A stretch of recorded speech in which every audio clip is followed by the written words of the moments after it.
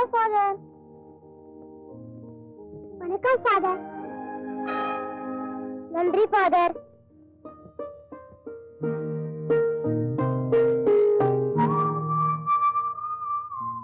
God bless you.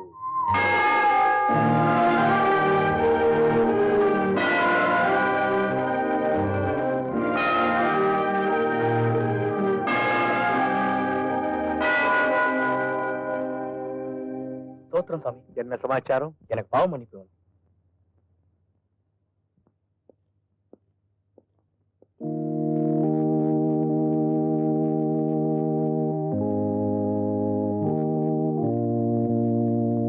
சொல்லுங்க. பிதா சுதன் பரிசுத்த ஆவியின் பெயரால் நான் பாவியாக இருக்கிறேன். என் பாவங்களை மன்னியுங்கள்.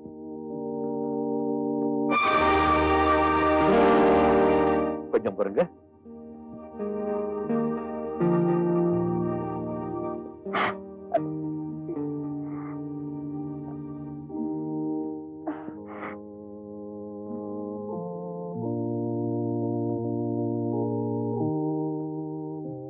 இப்ப சொல்லுங்க. வீட்டுல தங்கச்சி கல்யாணத்துக்காக வச்சிருந்த நகையை வித்து சூதாடி தோத்துட்டேன். பிதா சுதன் பரிசுத்த ஆவியின் பேராலே நீங்கள் மன்னிக்கப்படுகிறீர்கள். கத்தோலிக்க மதத்துல யாராவது ஒருத்த பாவம் செஞ்சான்னா மதகுருவ தெய்வமானாச்சுதான் அந்த பாவத்தை அவர்கிட்ட சொல்றான். ஆண்டவன் பேரால் அந்த பாவம் மன்னிக்கப்படும். அப்படி தான் கேட்ட ரகசியத்தை எந்த மதகுருவானாலும் என்ன ஆனாலும் சரி வெளியே சொல்லக்கூடாது. இதான் மரபு. அப்படிப்பட்ட ஒரு விஷயத்தை என் மகள் மறைஞ்சு நின்று ஒட்டு கேட்டானா என்னால எப்படி தாய்க்க முடியும்? சாரி ஃபாதர், என்ன மன்னிச்சிடுங்க. இனிமே என் உயிரே போனாலும் சரி இந்த மாதிரி தப்பெல்லாம் பண்ண மாட்டேன். ப்ளீஸ் சாப்பிடுவாங்க ஃபாதர். நோ, நீ செய்த தவறுக்கு நான் தான் தண்டனை அனுபவிக்கணும். இன்னைக்கு பூரா நான் சாப்பிட போறது. ஃபாதர், நான் சொன்னா சொன்னதுதான்.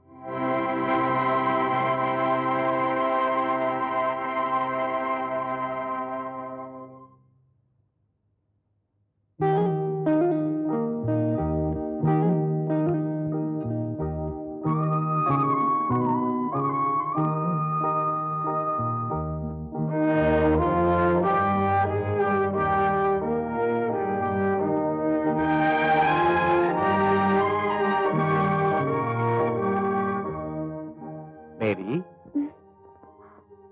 ஃபாதர், நீ என்ன சாப்பிடலையாமா? நீங்க இன்னும் சாப்பிடலையா ஃபாதர்? நான் சாப்பிடுறேன், நீ உட்காந்து சாப்பிடு. இதோ சூடா கொண்டு வரேன்.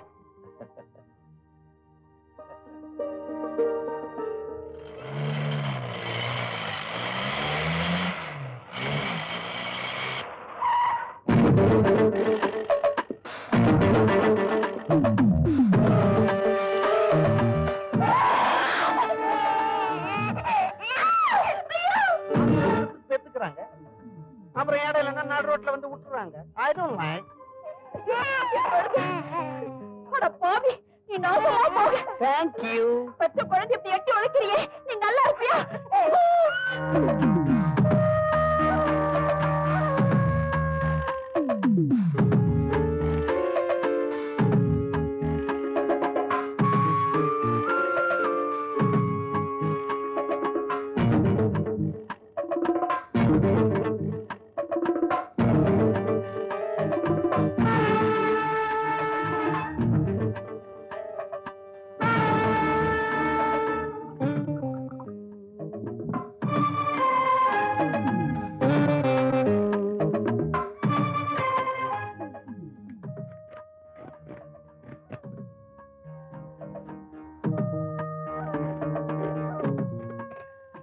Hello, brother. Come in. என்னடா பையா, கடுதாசி வச்சிருந்தியா? என்ன விஷயம்? வாண்ணே, உக்காருங்க.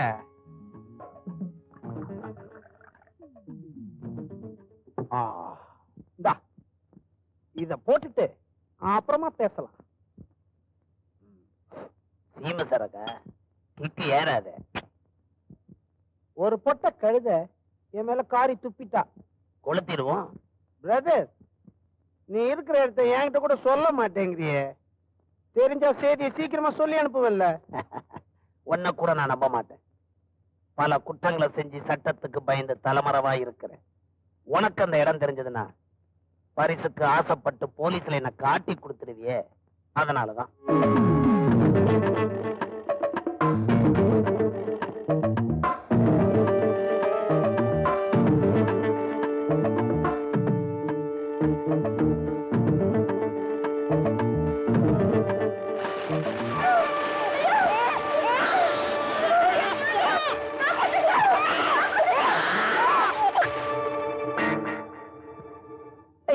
அநியாயமா அந்த பொண்ணு குழந்தை நெருப்புல சேர்ந்து போச்சு. இந்த அநியாயத்தை கேட்க யாருமே இல்லையா?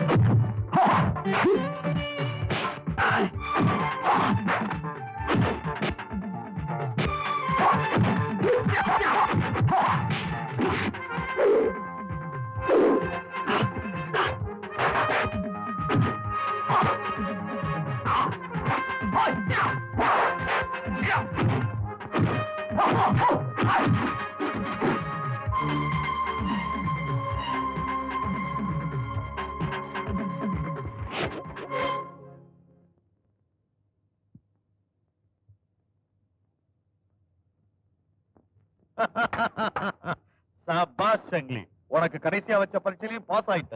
என்ன சொல்றீங்க மாஸ்டர்? எதிர்பாராம திடீர் தாக்குதல் நடத்தினா நீ எப்படி சமாளிப்பேன்னு பாக்குறதுக்காக மன்னாரை விட்டு உன்னை தாக்க சொன்ன. நீ நல்லாவே சமாளிச்சிட்ட சங்கிலி. சங்கிலி, உன் திறமைய ரொம்ப பாராட்டு. சபாஷ். ரொம்ப நன்றி மாஸ்டர். அப்ப நான் என் லட்சியத்தை நிறைவேற்ற புறப்படலாம்னு நினைக்கிறேன். தாராளமா போயிட்டு வா, வெற்றி நிச்சயமா கிடைக்கும்.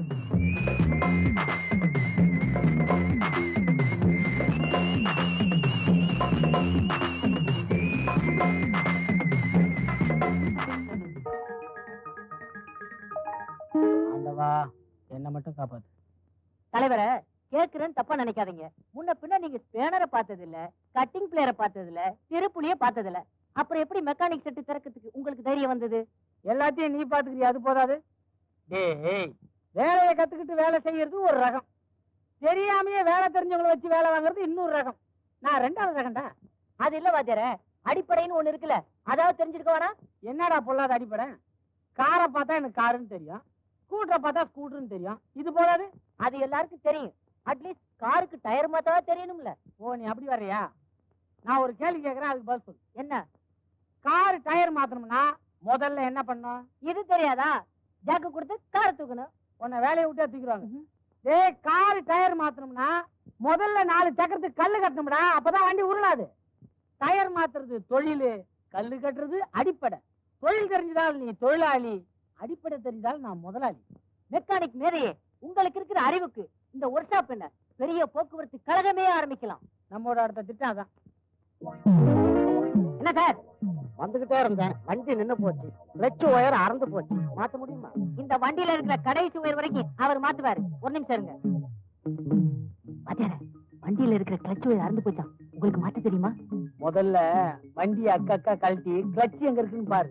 கிளட்ச் இருந்தா உள்ள ஒயர் இருக்கும்ல, இதாண்டா அடிப்படை. போய் ஆடுற புடி. சார், பக்கத்துல இருக்க டீ கடையில போய் டீ சாப்பிட்டு வாங்க, அதுக்குள்ள ரிப்பேர் பண்ணி வைக்கிறோம். அவசரம் ஒண்ணும் இல்ல, நான் டிஃபனே சாப்பிட்டு வரேன். 6 அமர நல்லபடியா செய்து வைங்க. சரி. அம்மா, என்ன லதா? அம்மா அம்மா, அண்ணன் ரிப்பேர் பண்றதுக்கு ஒரு ஸ்கூட்டர் வந்திருக்குமா? ஸ்கூட்டர் வந்துருச்சா? ஏடா அந்த பூசணிக்காயை சுத்திடுவோம். யாருக்குமா? அண்ணனுக்கா? நீ வேற. ஸ்கூட்டர் இருக்குடி. முதல்ல ரிப்பேருக்கு ஸ்கூட்டர் வந்திருக்கு. உங்க அண்ணன் அதை பிரிச்சு போடுறதுக்கு முந்தையே சுத்திடுவோம். அப்புறம் எப்படி இருக்குமோ? போய் எடு.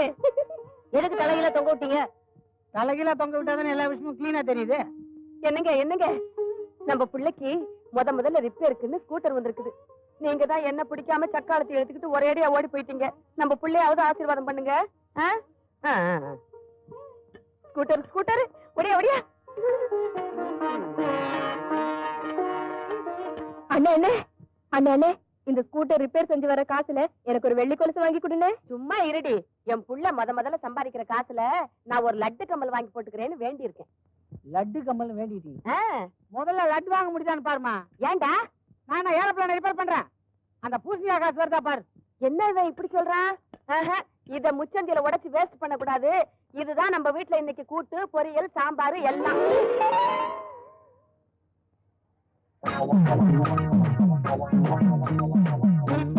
ஏன்பா வண்டி அர்ஜென்டா ஓடணும்னு சொன்னா பழைய சாமான் எல்லாம் போட்டு உக்காந்துக்கிறிய. எடைக்கு போறதெல்லாம் அப்புறமா வச்சு கூடாது. எங்க வண்டி? இதாங்க உங்க வண்டி.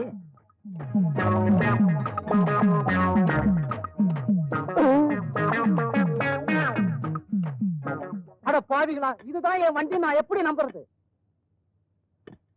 இது உங்க வண்டி நம்பர் தானே? ஆமா ஆமா. இதே டோக்கனா வச்சுங்க. நாளைக்கு வந்து டெலிவரி எடுத்துங்க. நாளைக்கு நீங்க வரும்போது வண்டியாவும் கிடைக்கலாம், இல்ல பேரிச்சம்பளமாவும் கிடைக்கலாம். நான் நாளைக்கு வரும்போது நடந்து வந்தாலும் வரலாம், இல்ல போலீஸ் ஜீப்ல வந்தாலும் வரலாம். கவலைப்படாதீங்க, போலீஸ் ஜீப்புக்கும் நாங்க கிளச் மாத்திடுவோம். ஐயோ ஐயோ.